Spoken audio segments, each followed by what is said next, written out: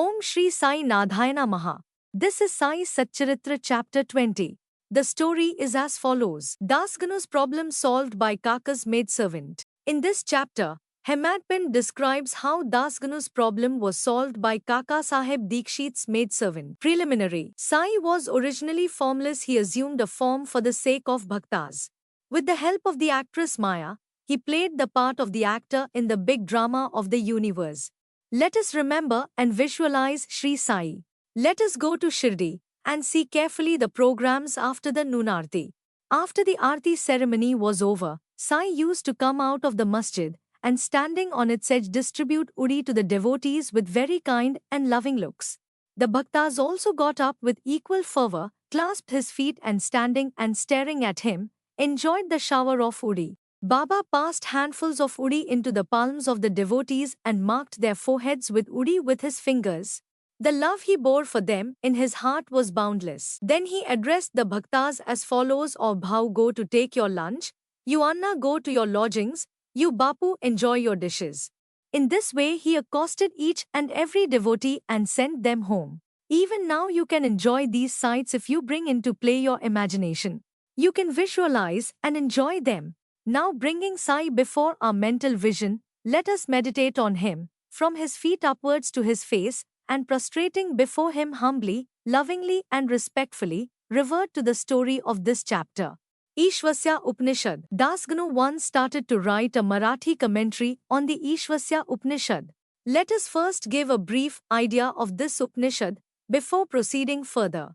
It is called a Mantrapanishad as it is embodied in the mantras of the Vedic Sanghita. It constitutes the last or the 40th chapter of the Vatsyaneyi Sanhita Yajurveda and it is therefore called Vatsyaneyi Sanhitopanishad. Being embodied in Vedic Sanhitas, this is regarded as superior to all other Upanishads which occur in the Brahmans and Aranyakas, explanatory treatises on mantras and rituals.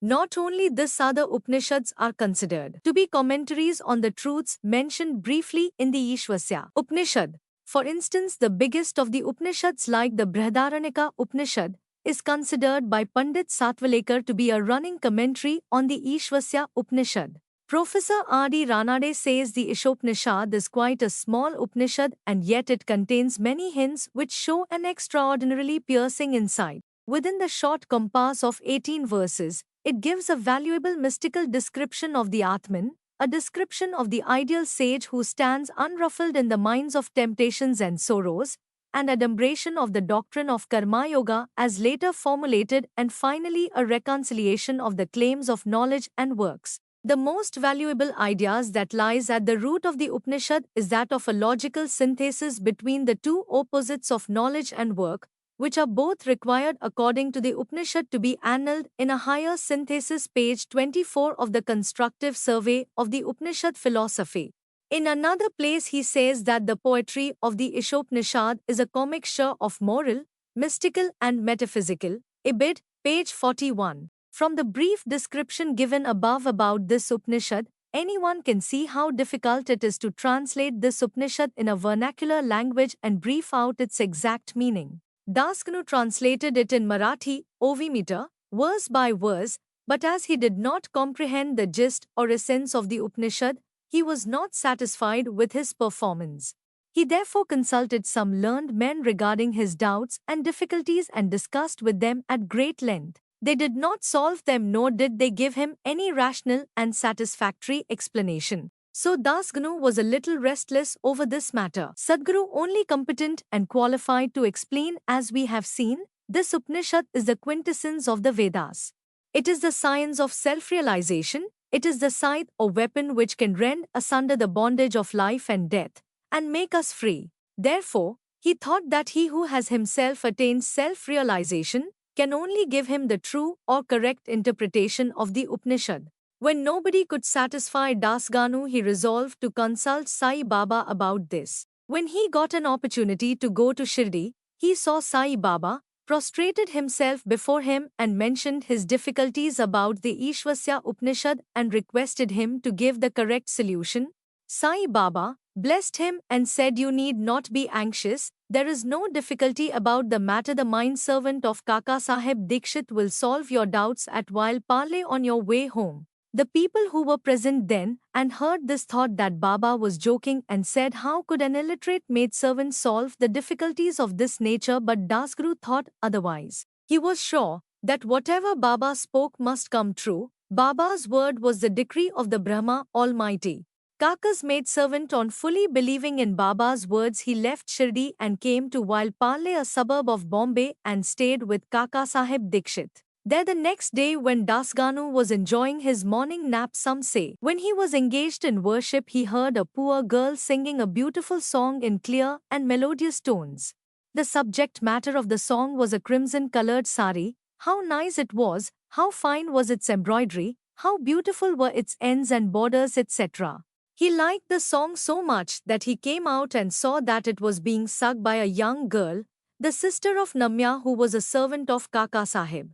The girl was cleaning vessels and had only a torn rag on her person. On seeing her impoverished condition and her jovial temperament, Dasganu felt pity for her, and when Rav Bahadur M.V. Pradhan next day gave him a pair of dhotars, he requested him to give a sari to the poor little girl also. Rav Bahadur bought a good chirdi small sari and presented it to her. Like a starving person getting luckily good dishes to eat, her joy knew to bounds. Next day she wore the new sari and out of great joy and merriment, whirled, danced round and played fugdi with other girls and excelled them all. The day following, she kept the new sari in her box at home and came with the old and torn rags, but she looked as merry as she did the previous day. On seeing this, Dasganu's pity was transferred into admiration. He thought that the girl, being poor, had to wear a torn rag, but now she had a new sari which she kept in reserve and, putting on the old rag, strutted herself, showing no trace of sorrow or dejection. Thus he realized that all our feelings of pain and pleasure depend upon the attitude of our mind. On thinking deeply over this incident, he realized that a man ought to enjoy whatever God has bestowed on him in the firm conviction that he besets everything from behind and before and on all sides, and that whatever is bestowed on him by God must be for his good.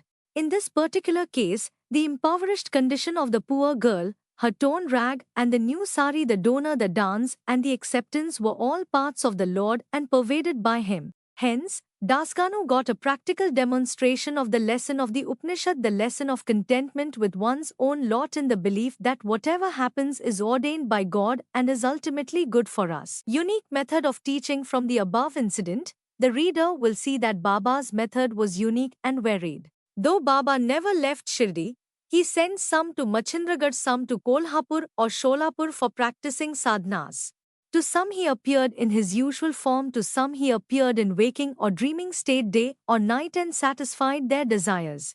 It is impossible to describe all the methods that Baba used in imparting instructions to his bhaktas. In this particular case, he sent Dasganu to Wilparle, where he got his problem solved through the maidservant. To those who say that it was not necessary to send Dasganu outside and that Baba could have personally taught him, we say that Baba followed the right or best course, or how else could Dasganu would have learnt a great lesson that the poor maidservant and her sari were pervaded by the Lord.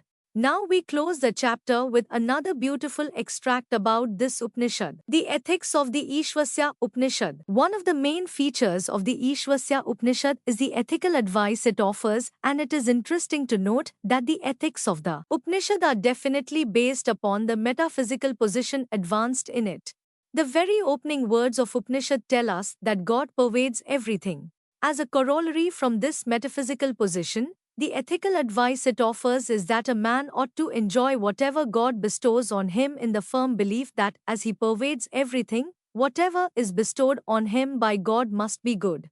It follows naturally that the Upanishad should forbid us from coveting another man's property. In fact, we are fittingly taught here a lesson of contentment with one's own lot in the belief that whatever happens, it is divinely ordained and it is hence good for us. Another moral advice is that man must spend his lifetime always in doing action, especially the karmas enjoined in the Shastras, in a mood of believing resignation to his will. Inactivity, according to this Upanishad, would be the canker of the soul. It is only when a man spends his lifetime on doing actions in this manner that he can hope to attain the ideal of Nashkarmya. Finally, the text goes on to say that a man who sees all beings in the self and sees the self as existing in all beings, in fact for whom all beings and everything that exists have becomes the self, how can such a man suffer infatuation? What ground would such a man have for grief? Loathfulness, infatuation and grief verily proceed from our not being able to see the Atman in all things, but a man who realizes the oneness of all things, for whom everything has become the self, must cease to be affected by the common foibles of humanity. Page 169 to 170 of the Creative Period by Mrs. Belwalkar and Ranade. Bo to Sri Sai, peace be to all. Here ends the chapter 20 of Sai Satcharitra. Please like, share, and subscribe the channel.